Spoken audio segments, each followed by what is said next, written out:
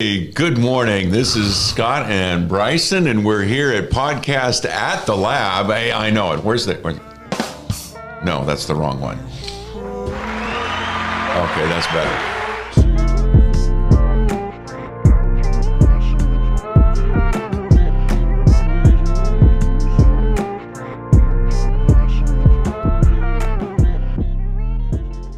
Hey, good morning. This is Scott and Bryson. We're here at Podcast at the Lab, and we want to welcome you. I'm so glad you guys could join us.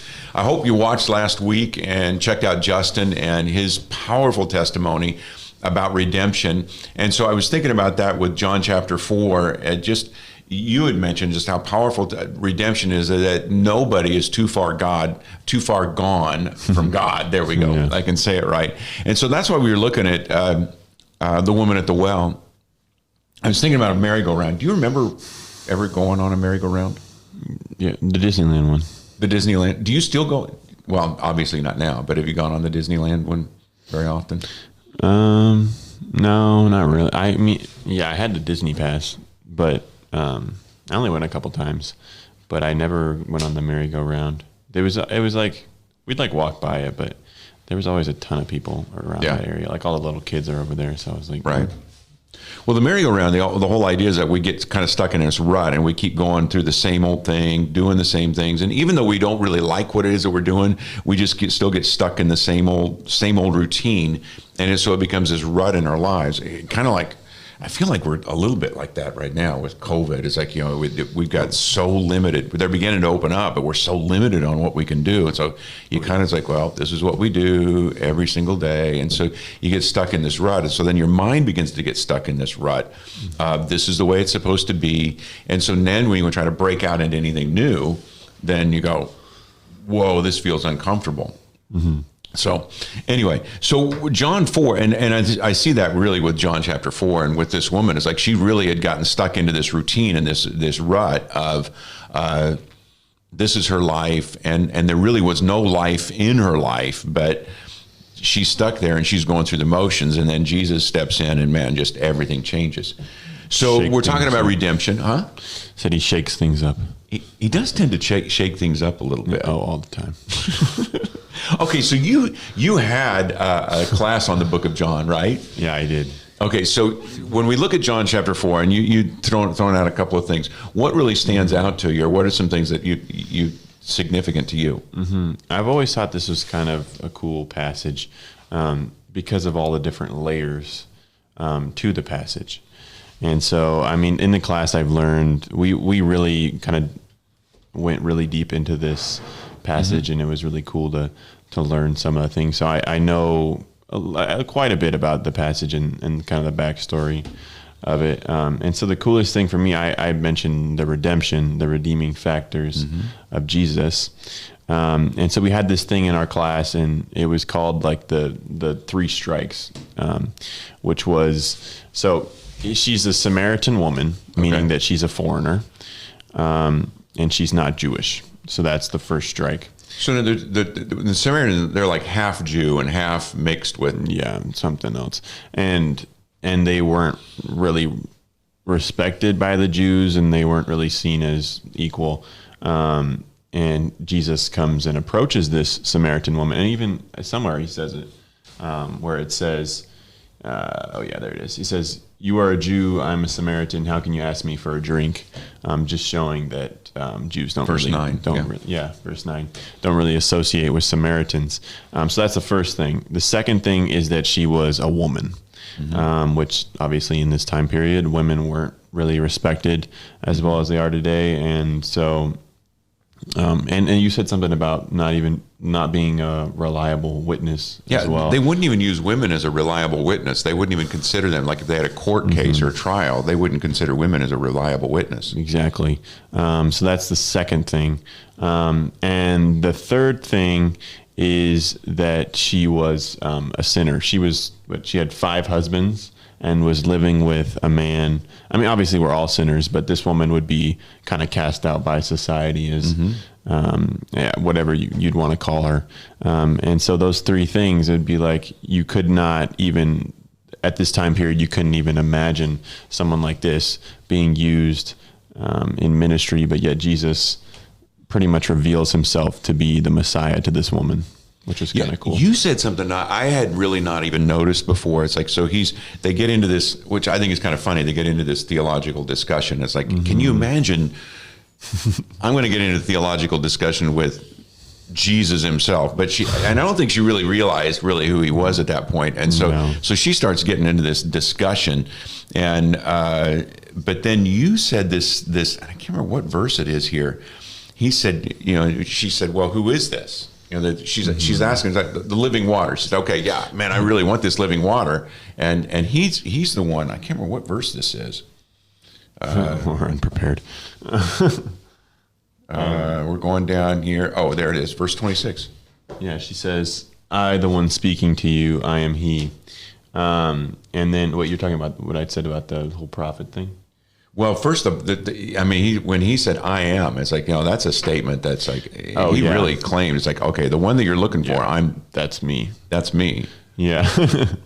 And then, because he hadn't up to this point, he really. I guess he kind of did with Nicodemus in John 3, but this is still early kind enough. Of alluded to it, but here he straight up says, like, "Yeah, I'm the Messiah," and she's like, "Whoa, it's a hot take." That's really good. But you said something else too that I thought was interesting and that I hadn't heard before either. So the Jews expected to have the Messiah to be. You said what? So the Jews expected pretty much to have a warrior king like David, who's going to set them free, and is going to come down as a warrior and just take over all their enemies.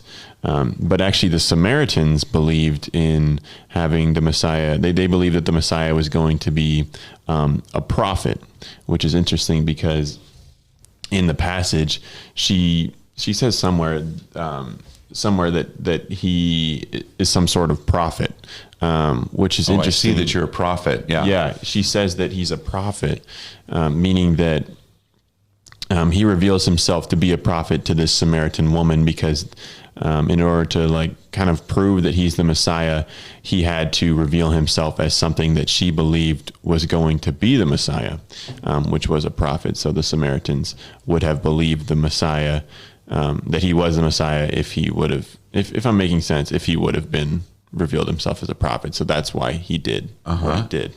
If that makes sense. Yeah, it does, because I look at that, I was like, that's really powerful, because the first thing that she says is like, I don't have any husband. And he says, yeah, you've had 5 husbands, and now you're living with a guy, and he's not your husband. And she says, I perceive that you're a prophet. And I always thought that was funny. It's like, when she says, I perceive that you're a prophet. It's like, wow, way to go, Captain Obvious, But you're saying it was even deeper than just she recognized the obvious. Yeah, because anyone,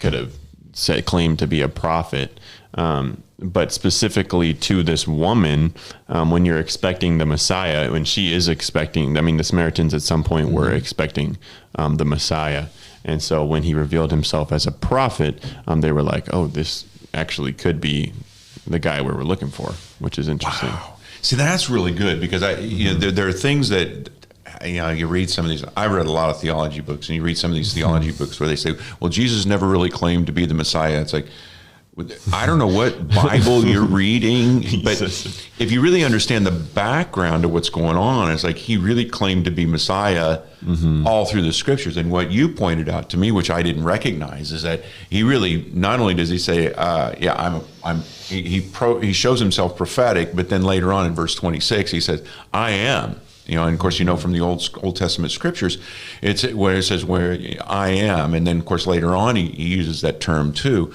which really is saying I am God, and that's powerful. Okay, so then we go on, and so she does all these things, and I love what goes on because he's talking about the living water. Did you guys talk about that? Like what living water was?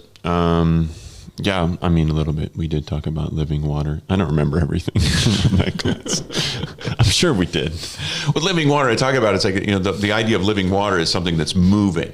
So living water is going to always be moving. So that's like a river would be living water, and then there's stagnant water, which is water that just sits. Right. And so all through the Scripture, there's a river that runs from Genesis to Revelation. And it's a river that goes through, which means it's living water that always goes through. So then he says this thing. He says, "Okay, not only I'm just the living water, and you actually can be living water. Living water can go through you." So he's beginning this whole redemption process in her to explain to her, it's like, okay, maybe this is what you used to be. Maybe this is what people have called you. This is the rut you were in, or this is the merry-go-round that you were on, whatever you want to call it. But he's calling her into something else, which is just powerful, because now he's really calling out in her, I think, her true character, but he's getting her out of what she was in. Because we all think that we can get stuck. It's kind of like Justin last week. It's like he was talking about. It's like it was amazing to think, here's what this guy came out of, and to sit and talk to him now, you don't even recognize that that's the same guy. Yeah, it's cool because in this specific passage, and also in Justin's life, it's like Jesus essentially calls this woman out for who she truly is. But tells her that doesn't define her, which I think is something that's really cool, because she had her whole life been defined by what people called her and what people perceived her to be. And he pretty much says, okay, yeah, this is who you were, but not anymore. So he's redefining her. I like that. It's like he's really redefining. It's like, okay, this may be what you used to be, but it's not who you are now. Yeah. And I mean, most people in that day would have pretty much seen her as a lost cause, which I think is really cool that Jesus uses lost causes for his ministry. Yeah. I was telling somebody the other day, I think it's kind of interesting that God a lot of times takes the people that we would think would never, ever fit that role, and he puts them into that role.